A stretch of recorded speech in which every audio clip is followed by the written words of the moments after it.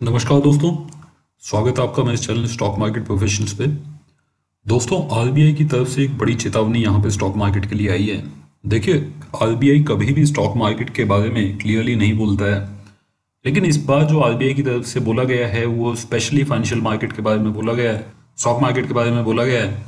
और क्या बोला गया है, देखिए इसमें एक बड़ी चेतावनी दी गई है कि स्टॉक मार्केट में काफ़ी बड़ी गिरावट यहाँ पे देखने के लिए मिल सकती है। ये पिछले कुछ दिनों के अंदर देखा जाए तो ये दूसरी बड़ी स्टेटमेंट है आरबीआई के जो गवर्नर हैं शक्तिकांता दास, उनकी तरफ से, जिन्होंने यहाँ पे एक कंसर्न जताया है। उन्होंने बताया है कि यहाँ पे प्रॉब्लम्स काफ़ी ज़्यादा हैं और इस तरीके के मार्केट में आप जो एक बड़ी गिरावट की उम्मीदें हैं उसको आप रूल आउट नहीं कर सकते। देखिए, आईएमएफ ने भी कुछ दिन पहले इसी तरीके की एक चेतावनी जारी की थी, जिसमें कि यूएस के मार्केट को लेके एक इंफॉर्मेशन दी गई थी। अपने जो स्टेबिलिटी रिपोर्ट होती है वहाँ पे आईएमएफ की, उसमें एक बड़ा डिस्क्लोजर दिया गया था कि यहाँ पे मार्केट काफ़ी ज़्यादा रिकवर कर चुका है और अगर इकोनॉमी को देखें तो उसके साथ मार्केट का तालमेल नहीं बैठता है। ऐसी सिचुएशन में मार्केट का गिरना लगभग तय है और मार्केट जल्दी आपको गिरता हुआ दिखाई देगा। इस तरीके का डिस्क्लोजर आईएमएफ ने दिया था। उसके बाद हमने देखा काफ़ी सारी कंट्रीज में अलग अलग जो सेंट्रल बैंक्स हैं उन्होंने इस तरीके का डिस्क्लोजर दिया और अभी आरबीआई की तरफ से भी हम पिछले कुछ दिनों के अंदर देख चुके हैं कि ये सेकंड बड़ा डिस्क्लोजर यहाँ पे दिया गया है मार्केट को लेके। तो दोस्तों, इस पूरी न्यूज़ के बारे में जानेंगे और ये भी जानेंगे किस तरीके की गिरावट के बारे में यहाँ पे बात की गई है और ये गिरावट के बारे में बात क्यों की जा रही है। इस सारी चीज़ों को हम डिटेल में जानेंगे। इससे पहले मैं स्टार्ट करूँ, आप लोगों से रिक्वेस्ट है कि अगर आप फर्स्ट टाइम चैनल के ऊपर आए हैं या फर्स्ट टाइम मेरा कोई वीडियो वॉच कर रहे हैं तो चैनल को सब्सक्राइब जरूर कर लीजिएगा। फ्यूचर में इसी तरह की इन्फॉर्मेटिव वीडियोस आपको टाइम टू टाइम मिलते रहेंगे। तो चलिए स्टार्ट करते हैं। कुछ दिन पहले भी देखिए ये बातें बताई थी।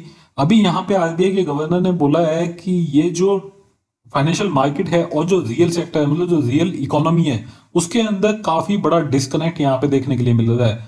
उन्होंने ये भी बताया कि मार्केट के अंदर करेक्शन आना लगभग पक्का है, उसको कोई नहीं रोक सकता। ये चीजें हम लोग नहीं बोल रहे हैं, ये चीज बताई है आरबीआई ने खुद।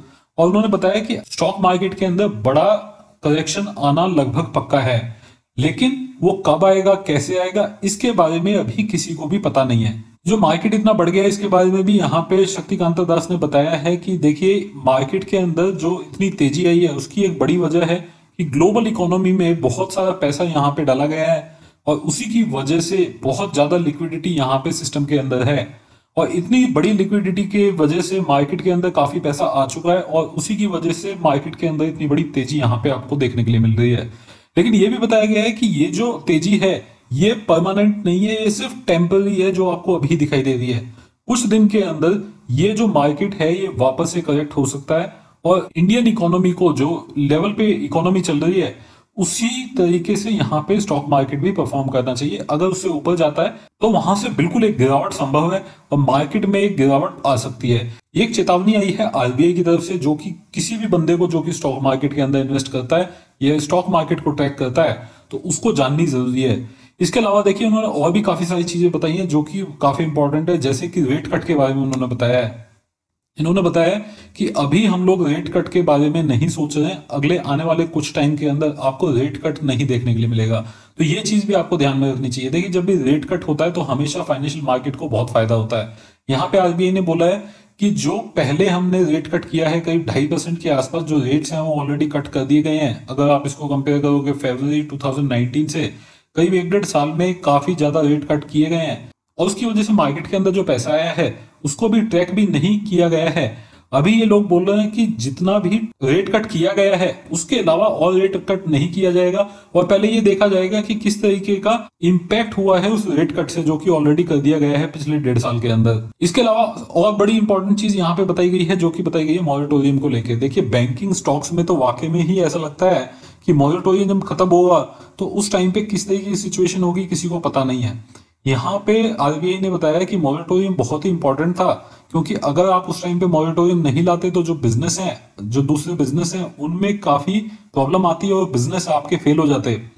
बिजनेस फेल होने की वजह से जो पैसा ऑलरेडी दिया गया है वो वापस कभी भी नहीं आता। ये बात आरबीआई को पता थी और इसी के चलते ये मॉरेटोरियम की जो एक प्रोविजनिंग थी वो आरबीआई लेके आई थी। अभी यहाँ पे बताया जाए कि लेकिन मॉरेटोरियम सिर्फ टेम्पररी था और 31 अगस्त को मॉरेटोरियम खत्म हो जाएगा। उसके बाद जो सिचुएशन रहेगी उसके लिए ऑलरेडी आरबीआई ने बता दिया है कि वन टाइम रिस्ट्रक्चरिंग पॉसिबल है और ये भी बताया गया कि यहाँ पे जो रिस्ट्रक्चरिंग होगी वो काफी इंपॉर्टेंट है, क्योंकि यहाँ पे बैंकों की बैलेंस शीट के लिए और फाइनेंशियल स्टेबिलिटी के लिए ये काफी इंपॉर्टेंट चीज है रिस्ट्रक्चरिंग। साथ ही ये बेनिफिट देगी उन बिजनेसेस को जिन्होंने की लोन लिया हुआ है, वो वन टाइम रिस्ट्रक्चरिंग कर पाएंगे। उन्होंने और भी बताया कि ये जो रिस्ट्रक्चरिंग का जो प्रोविजन है ये काफी हेल्पफुल रहेगा बिजनेस के लिए, क्योंकि उन बिजनेस को कुछ टाइम मिल जाएगा रीपे करने के लिए लोन, और वो एकदम से आईबीसी या दूसरी वजह से फॉल नहीं करेंगे। तो ये काफी सारे डिस्क्लोजर यहाँ पे आरबीआई के गवर्नर ने दिए, जो कि एक तरफ इशारा करते हैं कि मार्केट में काफी बड़ा फॉल आएगा। मॉरेटोरियम खत्म होने के बाद आपको काफी सारी चीजें क्लियर होंगी, और अगले 3 4 5 महीने जो होंगे काफी इंपॉर्टेंट होंगे लोगों के लिए।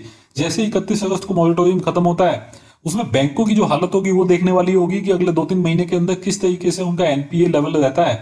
मतलब ये वाला क्वार्टर तो ऑलरेडी चला जाएगा सितंबर का, लेकिन सितंबर के बाद जो दिसंबर का क्वार्टर होगा उसमें काफी सारी चीजें यहाँ पे क्लियर होती दिखाई देंगी। ये बड़े डिस्क्लोजर के बाद जो बैंकिंग स्टॉक्स हैं हो सकता है वो करेक्ट हो, क्योंकि पहले भी हमने देखा कि इसी तरह की इंफॉर्मेशन यहाँ पे आरबीआई की तरफ से आई थी, उसके बाद जो बैंकिंग स्टॉक्स हैं वो करेक्ट हुए थे। लेकिन अगर ये स्टॉक्स करेक्ट नहीं भी होते, मीडियम टू शॉर्ट टर्म का जो नजरिया होगा इन स्टॉक्स का, फाइनेंशियल स्टॉक्स का, वो थोड़ा सा न्यूट्रल रह सकता है, थोड़ा सा नेगेटिव साइड पे आपको दिखाई दे सकता है। देखिए, अगर इस तरह की गिरावट होती भी है तो एक अपॉर्चुनिटी भी मिलती है उन लोगों को जो कि फाइनेंशियल सेक्टर के जो स्टॉक्स हैं उनको खरीदने के बारे में सोच रहे हैं। अगर ये स्टॉक्स करेक्ट होते हैं, हमने देखा बहुत सारे फाइनेंशियल सेक्टर के जो स्टॉक्स हैं, अच्छी बैंक्स हैं, उनके स्टॉक्स अभी बहुत ज़्यादा चले नहीं हैं, और ऐसे में ये एक अच्छी अपॉर्चुनिटी बनेगी। अगर यहाँ से भी थोड़ा सा करेक्शन मिल गया इन स्टॉक्स के अंदर, तो अच्छे स्टॉक्स को एक्यूमुलेट करने की यहाँ पे एक अपॉर्चुनिटी मिलती है, आपको दिखाई देगी। तो दोस्तों, अगर आपको ये इन्फॉर्मेशन, ये वीडियो अच्छा लगा हो तो आप इस वीडियो को लाइक जरूर कर दीजिएगा, आप इसको शेयर कर सकते हैं। अगर आपको मेरे वीडियोस पसंद है, चैनल को सब्सक्राइब कर लीजिए। फ्यूचर में इसी तरह की इन्फॉर्मेशन, इसी तरह की वीडियोस आपके लिए आते रहेंगे। अभी के लिए दोस्तों इतना ही। Thank you very much, take care, bye bye.